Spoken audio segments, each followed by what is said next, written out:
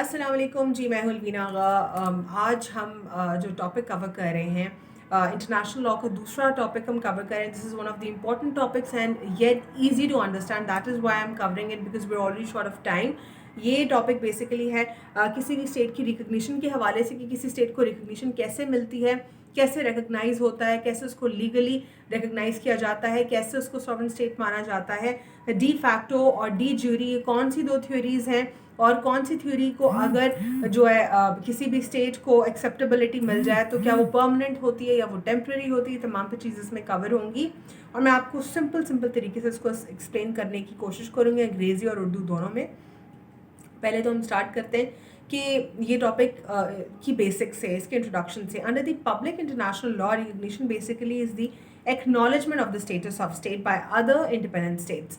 सादा ज़बान में, सादा अल्फाज में लीगली रिकग्नाइज होता क्या है? तो लीगली रिकग्नाइज का मतलब होता है जब बाकी की स्टेट्स किसी एक स्टेट की, जो न्यू स्टेट हो, जिसकी इंडिपेंडेंस हुई हो, जो कि खुद को सॉवरेन स्टेट कहे, उसको एक्सेप्ट करें कि yes this is a new and sovereign state, this is a state which should be acknowledge.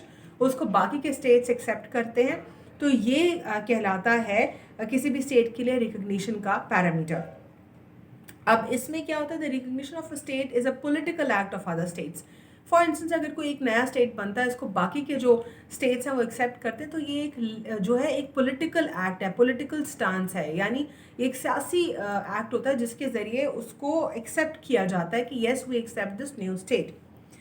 अब आ जाते हैं इसकी जो बेसिक डेफिनेशन। जैसे मैंने बताया आपको, बेसिक डेफिनेशन भी यही बता रही है, recognition of a state is meant when all independent existing states of the international community accept that a new state fulfills all the conditions of a statehood as mentioned in the international law is called recognition. Statehood यानी कि किसी भी state को form होने के लिए कुछ statehood होने के लिए कुछ एसेंशियल्स की ज़रूरत होती है। अगर कोई मुल्क वो तमाम तरह एसेंशियल्स फुलफ़िल कर लेता है, वो पैरामीटर्स फुलफ़िल कर लेता है, तो फिर वो स्टेट कहलाता है। जब वो स्टेट कहलाता है तो उसको बाकी के जो independent legally recognise and sovereign state इसको एक्सेप्ट करते हैं, तो ही वो उसको एक्सेप्टेबिलिटी भी मिल जाती है और वो रिकग्नाइज भी हो जाता है। इसकी दो काइंड्स होती हैं बेसिकली। पहली काइंड होती है डी फैक्टो और दूसरी काइंड होती है रिकग्निशन की, डी ज्यूरी। अब दोनों में डिफरेंस भी समझ आ जाएगा आपको कि दोनों में डिफरेंस क्या है। पहली जो रिकग्निशन का जो क्राइटेरिया होता है, जो थ्योरी होती है या फिर जो काइंड होती है, उसको हम कहते हैं de facto recognition. De facto recognition में होता है कि बेसिकली इसमें रिकग्नाइज किया जाता है एज पर दिस थ्योरी, लेकिन ये परमानेंट रिकग्निशन नहीं होती है, यानी ये टेम्परेरी रिकग्निशन होती है, नंबर वन।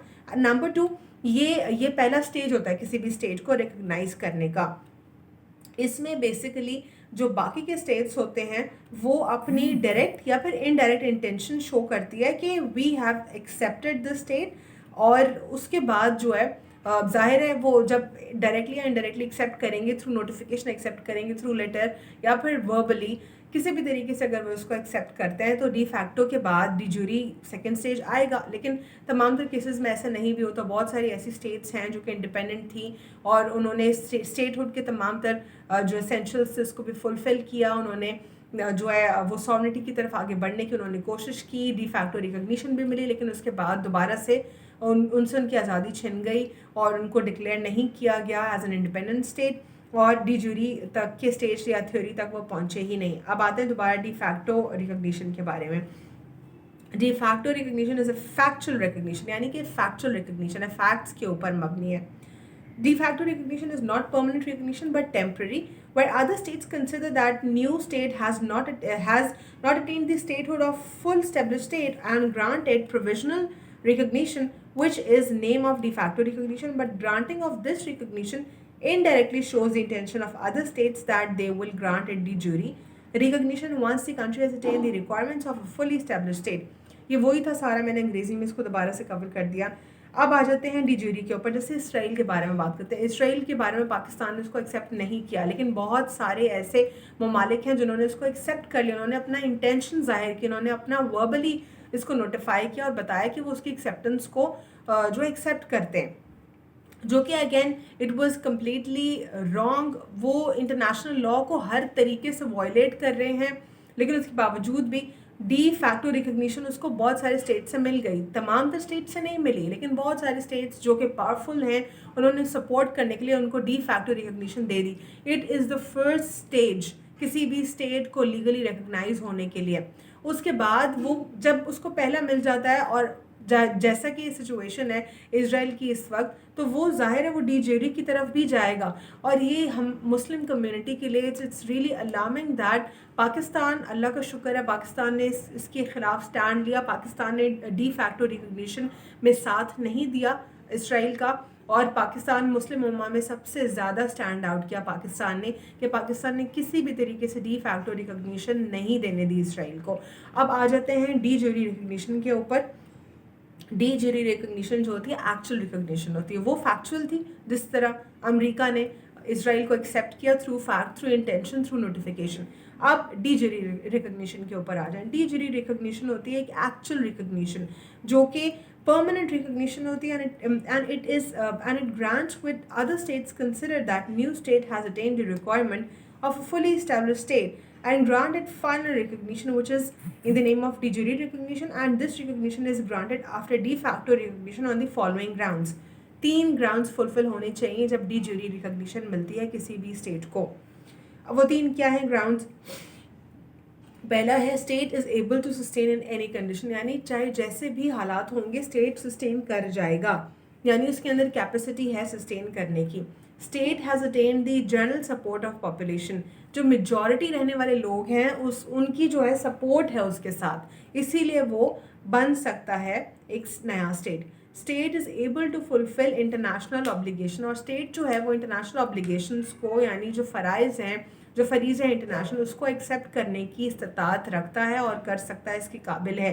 ये 3 पैरामीटर्स फुलफिल होंगे तो उसको डी जूरी रिकग्निशन मिलेगी, वरना उसके बगैर वो एक लीगली सॉवरन स्टेट या लीगली रिकग्नाइज स्टेट नहीं कहलाया जा सकता।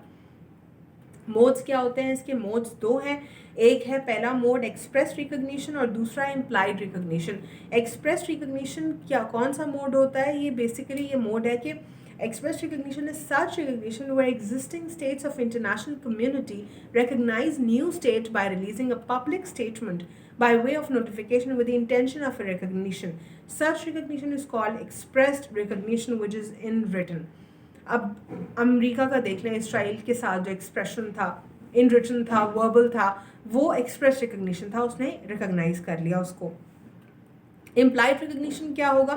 इम्प्लाइड रिकग्निशन में बेसिकली इसमें जो एग्जिस्टिंग स्टेट्स होंगी इंटरनेशनल कम्युनिटी की, वो रिकग्नाइज करेंगी स्टेट को और अपना एजेंट, अपना डिप्लोमेट, अपना सफारतकार या अपना सफ़ीर भेजेंगी वहाँ पर, या अपना सफ़ीर वहाँ भेजेंगी या उनके सफ़ीर जो है वो उनके साथ एलायंस फॉर्म करेंगे। तो ये जो एक फॉर्मल लूप होगा, फॉर्मल कनेक्शन होगा, वो आएगा इम्प्लाइड रिकग्निशन के अंदर। ठीक है, एक्सप्रेस रिकग्निशन में एक्सप्रेशन के थ्रू रिकग्नाइज किया रिटन और वर्बल स्टेटमेंट में। दूसरा इम्प्लाइड रिकग्निशन में वो एक्सप्रेस रिकग्निशन था यानी एक्सप्रेस किया। अब इम्प्लाइड रिकग्निशन में क्या किया? अपना डिप्लोमेट, अपना एजेंट भेज दिया उधर। अब थ्योरीज क्या रिकग्निशन की? पहली थ्योरी है constitutive theory. Constitutive theory of recognition is such theory when new state is internationally recognized as a sovereign by other sovereign states of the international community is called constitutive theory of recognition। यानी constitute हो गया ना, वो जब legally recognize या उसको बाकी के sovereign state accept करते हैं तो वो constitutive theory कहलाती है। अब declaratory theory क्या होती है? Declaratory theory of recognition is such theory when any state which attains the status of statehood, in this case the acknowledgement of the recognition of a state by other states is just a formality and it needs to be declared by other states necessarily as established state, is called declaratory theory। Constitutive में जो international community के जो sovereign states थे उन्होंने उसको constitute किया और उन्होंने उसको माना। डेक्लेरेटरी में अब डेक्लेरेशन दी जाएगी इसकी। अब ये डेक्लेरेशन जो होगी ये एक फॉर्मेलिटी होगी, यानी कि जब बाकी के सॉवरेन स्टेट ने माना अब सब मानेंगे उसको। ये एक थ्योरी का जो ये सेकंड पार्ट है, इट्स जस्ट अ फॉर्मेलिटी। ठीक है, अब है legal effects of non recognition. अगर कोई स्टेट किसी को रिकग्निशन नहीं मिलती या नॉन रिकग्नाइज होता है तो उसके इफेक्ट्स क्या होते हैं? पहला इफेक्ट होता है state can not sue other state in the international court of justice. जो ICJ है वहाँ पे जो स्टेट जो कि रिकग्नाइज नहीं होगा वो सू नहीं कर सकते किसी और स्टेट को। और दूसरा इसका क्या नुकसान है वो ये है कि मतलब उनके सिफारतकार ऑब्वियसली नहीं होंगे कि कहीं और जाएं, या फिर उनका या उनके स्टेट में कहीं बाहर का सफारतकार नहीं आ सकता। A state can not acquire the right of ownership of peace of land in any other state. जो स्टेट नॉन रिकग्नाइज होगा वो कहीं पे अपनी प्रॉपर्टी या अपना कोई भी विरासत वहाँ पे कहीं पे नहीं बना सकता, कहीं पे कोई प्रॉपर्टी जो है basically let me correct, not विरासत, जस्ट अ प्रॉपर्टी, कहीं पे अपनी ओनरशिप या अपनी लैंड ऑफ जो है ओनरशिप नहीं पे नहीं क्लेम कर सकता। A state cannot become a part of international community. Obviously जब पैरामीटर्स फुलफिल नहीं होंगे रिकग्निशन के तो इंटरनेशनल कम्युनिटी का हिस्सा भी नहीं बन सकता। अब लीगल इफेक्ट की रिकग्निशन, लीगल इफेक्ट क्या होंगे रिकग्निशन के, यानी फ़ायदा क्या होगा? फ़ायदा एक ये होगा कि जो स्टेट है वो दूसरे स्टेट को सू कर सकता है इन दी ICJ यानी कि इंटरनेशनल कोर्ट ऑफ जस्टिस। दूसरा, अपने डिप्लोमेट्स भेज सकता है और उनके किसी और के डिप्लोमेट्स इनके पास आ सकते हैं, अपना जो लैंड है ओनरशिप का वो कहीं पे भी जो है ले सकता है। इसके अलावा इंटरनेशनल कम्युनिटी का हिस्सा बन सकता है, यानी कि इंटरनेशनल कन्वेंशंस का, ट्रीटीज़ का, डिक्लेरेशंस का और डिफरेंट काउंसिल्स का पार्ट बन सकता है। एसेंशियल्स क्या होते हैं स्टेटहुड के, यहाँ पे पर्टिकुलर एज इन पर्टिकुलरली इसको कलेक्ट करके 4 इसके एसेंशियल्स बता दिए गए हैं।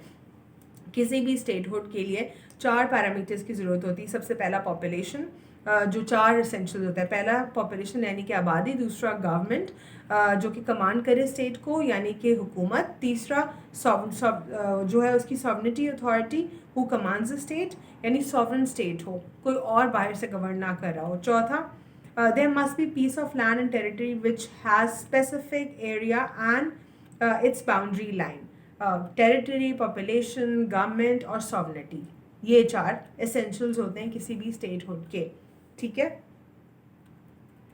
Difference between de facto and de jure recognition. Following are the difference between de facto and de recognition. अब इसमें डिफरेंस क्विकली करते जाएंगे तो ये कंप्लीट हो जाएगा हमारा टॉपिक। 12 मिनट्स की हो गई, डिटेल हो गई है, बट आपको पूरा समझ आ जाएगा। रिकग्निशन जो होती है इसकी डी फैक्टो की ये फैक्चुअल रिकग्निशन होती है, यानी फैक्ट्स के ऊपर मबनी होती है। डी ज्यूरी जो होगी एक्चुअल रिकग्निशन होगी, मतलब फुल एंड फाइनल और परमानेंट होगी।